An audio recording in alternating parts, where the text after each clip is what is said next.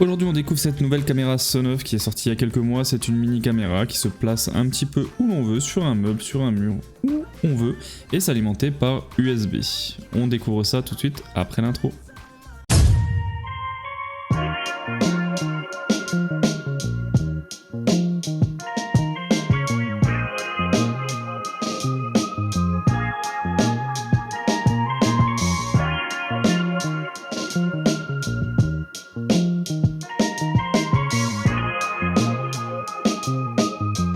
Dans cette petite boîte, on va retrouver forcément la caméra, une petite notice, un petit pochoir, enfin pas un pochoir, mais vous savez le truc pour faire les trous dans le mur là. Et elle s'articule un peu dans tous les sens, la caméra. On enlève le petit film de protection, tranquillement. Le câble, il est plutôt assez long, hein, vous voyez, je sais pas combien de mètres il fait, mais en gros il est assez long. Puis de le brancher à l'arrière, c'est un câble USB-C, donc vous pouvez même le remplacer par un câble plus long si jamais il vous le faut. Et lui, qu'est-ce qu'il fait? Ok. Ah ouais, mon chat il a envie de jouer. Au niveau de la caméra, quelques petites infos, donc c'est en 1080p, donc on a une bonne qualité.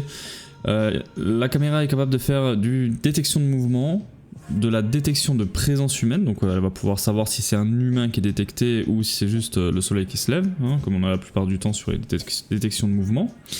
On a une vision nocturne qui est plutôt assez bien.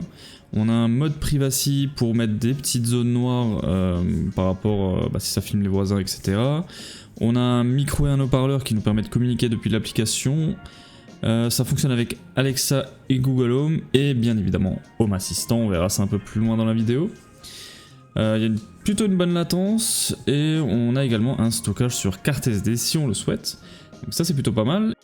Et je suis pas là pour vous faire perdre du temps, donc tout de suite allons voir comment l'intégrer à Home Assistant.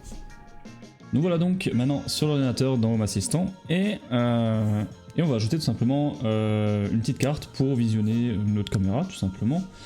Donc ce qu'on va faire ça va être assez simple, donc il y a deux choses, après on va l'ajouter sur Frigate également. Après Frigate j'ai fait une vidéo vraiment dédiée à ça, donc vous pourrez aller la voir, il n'y a pas de problème, ou vous pourrez l'ajouter facilement à Frigate une fois que vous aurez le lien RSTP. Dans tous les cas, je vous montrerai tout ça, bref.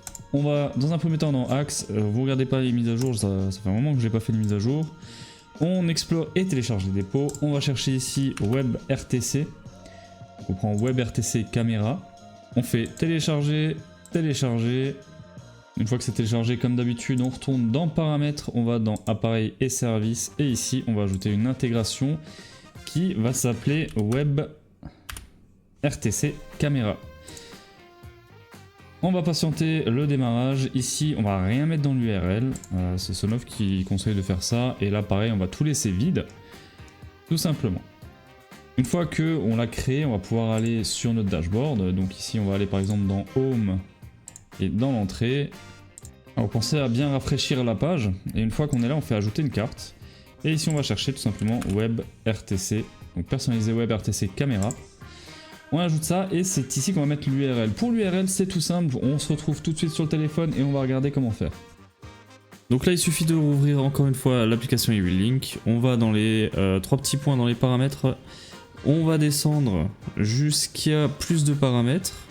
Ici on va sur RTSP, protocole de diffusion en temps réel, on va activer l'RTSP.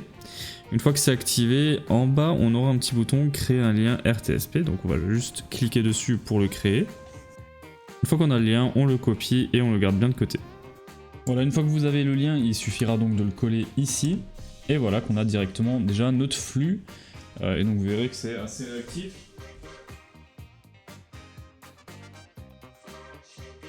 Voilà, c'est plutôt assez réactif pour la caméra. Et donc il suffit d'enregistrer. Et on a notre petit flux qui va se mettre simplement. Donc voilà, maintenant quand je suis dans mon dashboard d'entrée, eh bien je vais avoir mon flux qui est en direct live, qui est en train de tourner là actuellement. On a même le son, qu'on va couper d'ailleurs, parce que ça évitera d'avoir... Je sais pas si on a le son du coup directement sur le PC. Je vais regarder, je pense, de toute façon vous l'aurez entendu, si on a le son ou pas. Et donc voilà, rien de plus simple. Après on va pouvoir l'ajouter dans Frigate. Pour ça, je vous redirige vers la vidéo traite du sujet. En fait c'est déjà tout pour cette vidéo parce qu'au final c'est assez rapide à mettre en place. En tout cas c'est une petite caméra, je vais aller la chercher là vite fait.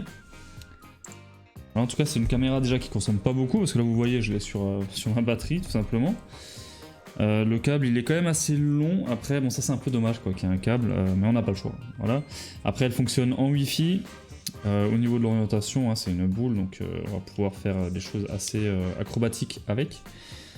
Et au final c'est une petite caméra comme ça que je mettrais bien hop, sur le meuble là sur le côté, tac. Voilà, on le met sur le meuble ici et puis voilà, c'est une petite surveillance, ça peut servir de surveillance de babyphone même parce que du coup il y a un haut-parleur donc on peut avoir tout ça.